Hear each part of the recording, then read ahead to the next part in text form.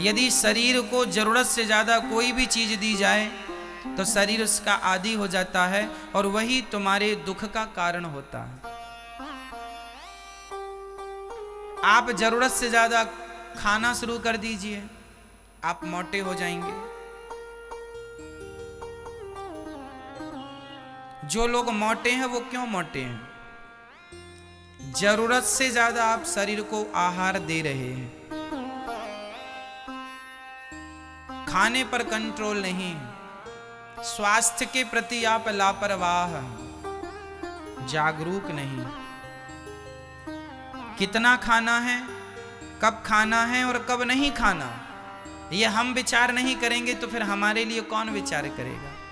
ये जिम्मेदारी आपकी है।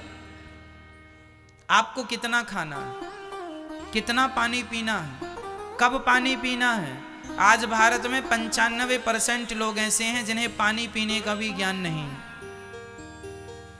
95% लोग ऐसे हैं जिन्हें खाने का ज्ञान नहीं है। उल्टा सीधा खा के अपना स्वास्थ्य बिगाड़ लेते हैं और जीवन भर की मेहनत करके जो पूंजी इकट्ठा करते हैं वह डॉक्टरों को दे देते हैं। अरे जब पैसे कमाए ही हो मन लगा के तो उसका सदुपयोग किया जाए ना, क्यों शरीर में खर्च किया जाए? उससे शरीर को बिगड़ने ही मत दो ना, शरीर को ना बिगड़ने दो। ये किसकी जिम्मेदारी है? आपकी है ना। कई लोग डॉक्टरों के घर ही बैठे रहते हैं। क्यों बैठे रहते हो? आपका मोटापा, आपका ज्यादा वजन भविष्य में आपके ही दुख का कारण बनेगा। इसलिए आपको यह ज्ञान होना चाहिए कि कब खाएं कब ना खाएं, कितना खाएं कितना ना खाएं, कब पानी पिएं कब पानी ना पिएं। मैं 2-5 मिनट का समय आपके स्वास्थ्य को देता हूं। शरीर के लिए सबसे ज्यादा लाभकारी क्या है वो मैं बताऊं। सबसे ज्यादा लाभकारी होती हैं सलादें। सलाद, ककड़ी है, चुकंदर है, गाजर है, मूली है या इत्यादि ऐसी और चीजें। पपीता है, फलों में एप्पल है, सेब, संतरा, ये चीजें ज्यादा हमें खानी चाहिए। इन चीजों से ही अपना पेट भरना चाहिए। लगभग ककड़ी से, टमाटर 2-4 कच्चे खाओ, ककड़ी खाओ, मूली खाओ, भुंटा आता है, भुट्टा बोलते हैं आप लोग, वो आप भूंज करके खाओ या उसे उबाल करके खाओ। ये चीजें खाओगे तो लंबी आयु पाओगे और स्वस्थ रहोगे। अब आप खाने में क्या सब्जी खाना चाहिए ज्यादा, दाल ज्यादा खाना चाहिए, 2-3 कटोरी दाल। और दाल हमें अदल बदल के खाना चाहिए। ये नहीं कि राहर की दाल तुअर की दाल खा रहे हैं महीनों से। भाई दाल में जो चीजें हैं वह अनेक प्रकार की, ईश्वर ने यदि सब चीज एक में ही डाल दी होती तो अलग अलग चीजें बनाने की उन्हें क्या जरूरत थी। यदि तुअर की दाल है, राहर की दाल है, तो मसूर की दाल भी है, चने की दाल भी है ना भैया, उड़द की दाल भी है, मूंग की दाल भी है। तो जो चीजें मूंग की दाल में हैं वो तुअर की दाल में नहीं है, और जो तुअर की दाल में है वो मूंग की दाल में। इसलिए हमें दालों को भी अदल बदल के खाना चाहिए। आज मूंग की खा लिया, कल उड़द की खा लिया, परसों फलानी खा ली, परसों वो खा ली। और दाल हमें ज्यादा खानी है। हम लोग क्या करते हैं, भूख ज्यादा लगती है तो रोटियां ज्यादा खा लेते हैं, भूख ज्यादा लगती है चावल ज्यादा खा लेते हैं। चावल रोटी, 2 रोटी शरीर के लिए बहुत है। फिर 2 कटोरी दाल पी लो ना भैया, तुम्हें पेट ही तो भरना है। तो 2 रोटी खा लो और 4 कटोरी दाल पी लो, दाल फायदा करेगी। आप सब्जी ज्यादा खाओ, 2 कटोरी भर भर के लो सब्जी, 3 कटोरी खाओ। रोटी 2 ही खाओ, दाल सब्जी ज्यादा खाओ, ककड़ी खाओ, खीरा खाओ, इत्यादि खाओ। सलाद के साथ 50-50 हो। रोटी तो 2 से ज्यादा ना हो, 2 रोटी शरीर के लिए बहुत है, बाकी दाल, बाकी सब्जी, बाकी खीरा ककड़ी इत्यादि, समझ रहे हैं। और भोजन के तुरंत बाद पानी नहीं, भोजनांते विषंबरी, भोजन के तुरंत बाद पानी पियोगे मर जाओगे, बीमारियों का घर तुम्हारा शरीर होगा। भोजन के तुरंत बाद पानी नहीं पीना। हाँ, एक घूंट पानी पी लो मुंह साफ करने के लिए, झूठे मुंह कहां घूमोगे, एक घूंट पानी ठीक है। कितना पानी? एक घूंट। क्यों एक घूंट की परमिशन हम क्यों दे रहे हैं? क्योंकि आपका मुंह जूठा ना रहे। भोजन के बाद ओनली एक घूंट पानी पीना है, और वह भी गुनगुना, ठंडा नहीं। फिर भोजन के 1 घंटे बाद आपको 2 गिलास पानी, 3 गिलास पानी, 4 गिलास पानी आपकी क्षमता के अनुसार पीना है। भोजन के कितने घंटे बाद? बोलो हाँ मैया, ओ मेरी माँ, हो गई पंचायत आपकी? अच्छा, नहीं कर लो थोड़ा और, ठीक है। भोजन के 1 घंटे बाद आपको क्या पीना है? पानी 2 गिलास, 3 गिलास, आधा लीटर, 1 लीटर, जो भी आपकी क्षमता है। क्यों 1 घंटे बाद पानी? क्यों? क्योंकि 1 घंटे बाद यदि पानी पी लिया तो जो आपका भोजन है वो बिल्कुल बढ़िया ढंग से पच जाएगा। और भोजन के तुरंत बाद पानी पी लिया तो जैसे ही आप भोजन करते हैं आपकी जठराग्नि भोजन को पचाना शुरू कर देती है, वो काम करना शुरू कर देती है, और उसी समय हमारे पेट में अग्नि होती है। आप पेट को छू कर देखिए, पेट गर्म होता है, हाँ या ना? हमारे शरीर में जो आग होती है जिसे जठराग्नि कहते हैं, वह आग ही तो भोजन पचाती है, हाँ या ना? हाँ या ना? जोर से। तो जब आग भोजन पचाती है और तुमने भोजन के साथ 1 गिलास पानी या 2 गिलास पानी पी लिया, तो आग में पानी डालो तो आग क्या होती है? बुझ जाती है। तुम्हारे पेट की आग बुझ गई, फिर वो भोजन पचेगा नहीं, फिर वो भोजन सड़ेगा, और सड़ेगा तो नाना प्रकार की बीमारियां तुम्हारे अंदर पैदा होंगी, और यही तुम्हारे रोग का कारण है। समझ रहे हैं? इसलिए भोजन कब, पानी कब पीना चाहिए? भोजन के 1 घंटे बाद। ये ज्ञान अनमोल है तुम्हारी जिंदगी का। इस ज्ञान से बड़ा दुनिया में कोई ज्ञान नहीं है। सबसे बड़ा धर्म है शरीर की रक्षा, और वही रक्षा के मैं उपाय बता रहा हूं। मर जाओगे उल्टा सीधा खाओगे तो, बीमार बने रहोगे। बीमार आदमी मरे समान होता है, कहो जी हाँ या ना? बीमार आदमी मरे समान होता है, उसका जीना मरना एक ही। वो जी भी रहा है तो रो रो के जी रहा है, तो जीने से अच्छा मर ही जाए। क्यों जी?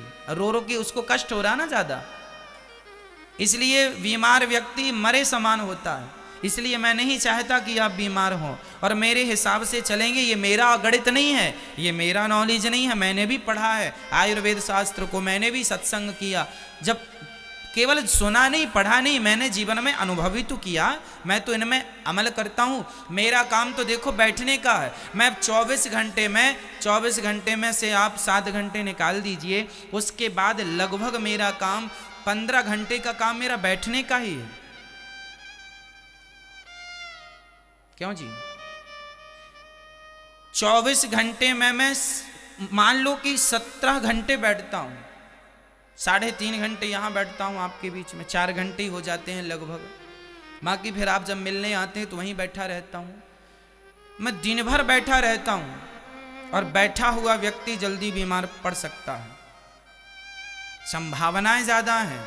इसलिए मैं अपने आप को स्वस्थ रखने के लिए रोज सुबह योग करता हूँ, प्राणायाम करता हूँ। कितना पानी मुझे पीना है मुझे पता है।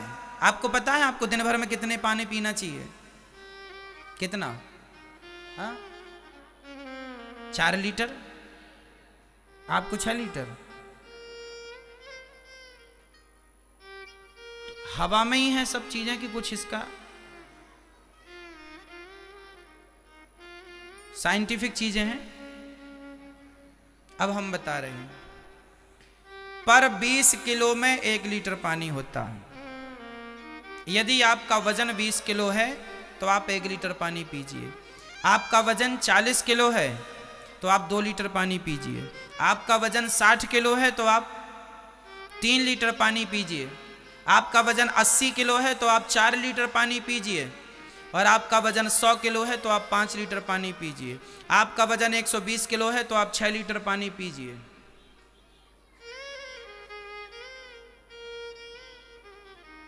पर 20 किलो में 1 लीटर, ये अनुपात है, कोई डॉक्टर से फेल नहीं कर सकता। अब आप अपनी तराजू में तौल कर देख लीजिए कि आपका वजन कितना है, उस हिसाब से आपको पानी पीना चाहिए। जितना आपका वेट है उतना पानी पीजिए। क्यों? यदि पानी कम पिएंगे तो बीमार पड़ जाएंगे, पानी कम पिएंगे तो मोटे हो जाएंगे, पानी कम पिएंगे बीमार रहेंगे, पानी ज़्यादा भी ना हो, नहीं शरीर की चीज़ें घुल घुल के बाहर आ जाएंगी। ज़रूरत से ज़्यादा अमृत भी नुकसानदायक है, इसलिए हर चीज़ का एक अनुपात है, पैरामीटर होता है। क्यों जी? इतनी मतलब इतनी, इसलिए आपको पर 20 लीटर पर 20 किलो में 1 लीटर का अनुपात लेके चलना है। और पानी आपको नियमित पीना है, कम नहीं ज्यादा नहीं। पियो पानी, खाओ सलादें, कुछ भी ना पिज्जा बर्गर खा रहे हैं, कहीं भी खड़े हो कुछ भी दिखा खा लिया, कुछ भी दिखा खा लिया। पेट है कि इंडिया गेट है? क्या है भाई, क्या है?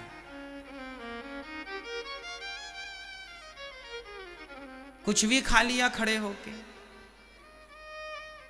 रात के 9 बजे क्या खा रहे हैं? रात के 9 बजे दही बड़े खा रहे हैं। अरे पागल आदमी, हमारे यहां ये भी है कि सुबह टाइम क्या खाएं, दोपहर के क्या खाएं, शाम को क्या खाएं। सूर्य अस्त होने के बाद क्या क्या नहीं खाना चाहिए।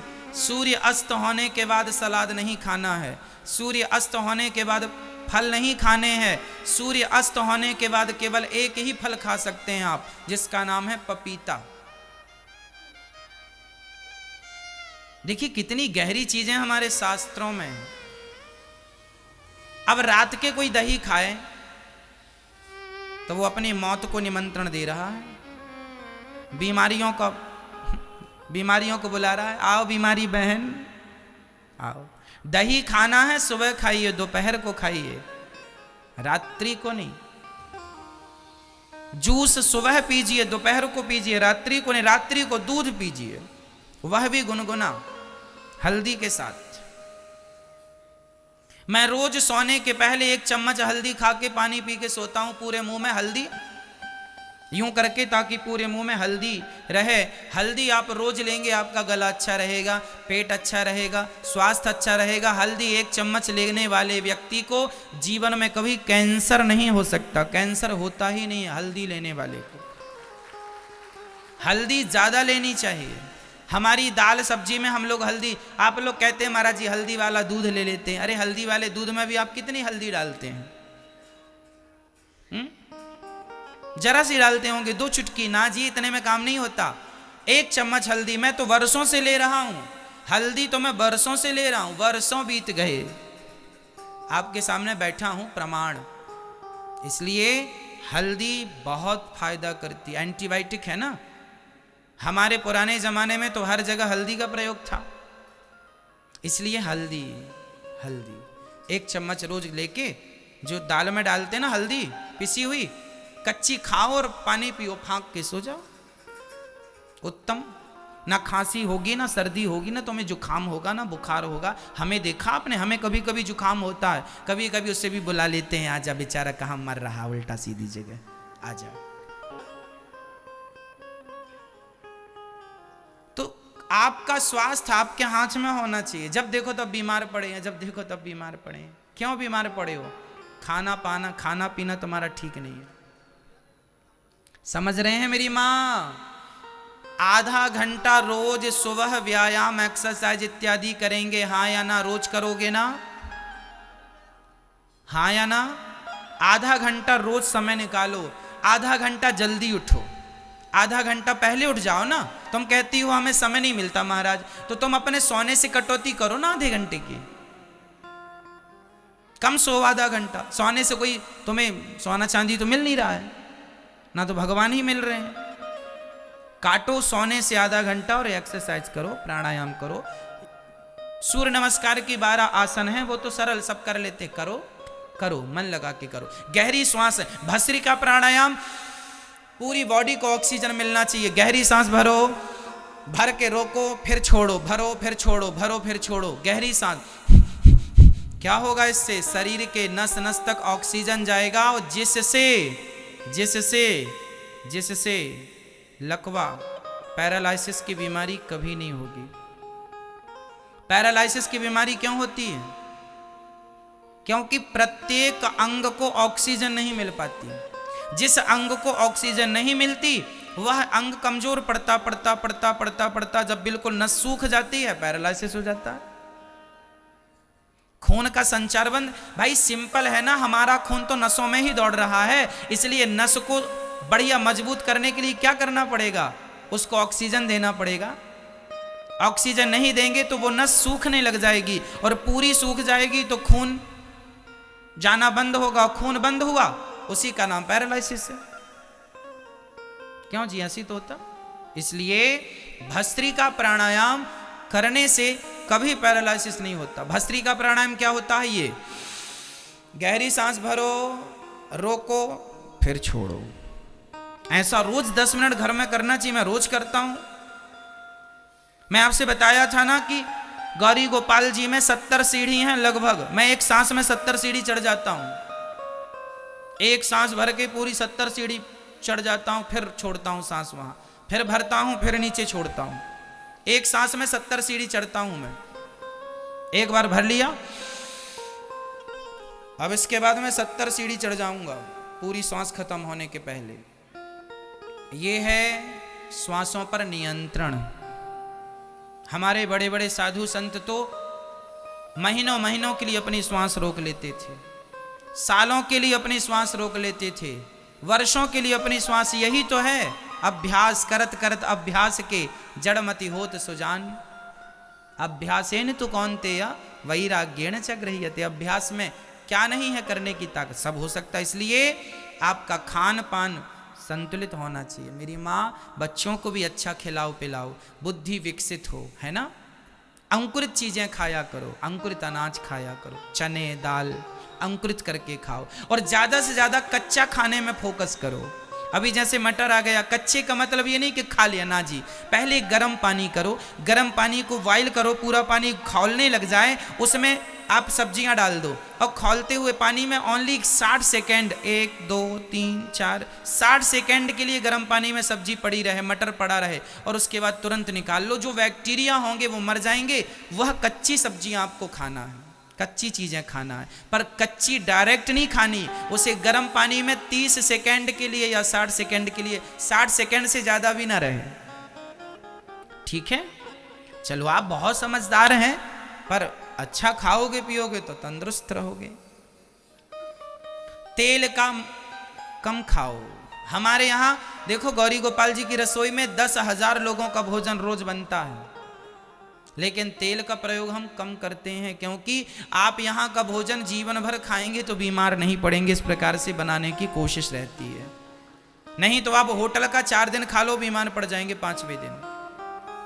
कितनी भी बढ़िया ब्रांडेड होटल का भोजन 4 दिन खा लो रेगुलर, 5वें दिन बीमार पड़ जाएंगे, क्योंकि वहां मसाले का प्रयोग ज्यादा है, तेल का प्रयोग ज्यादा है, इत्यादि का प्रयोग ज्यादा है। पर सादगी में बहुत सुख है। सादगी लंबे समय तक काम करती है।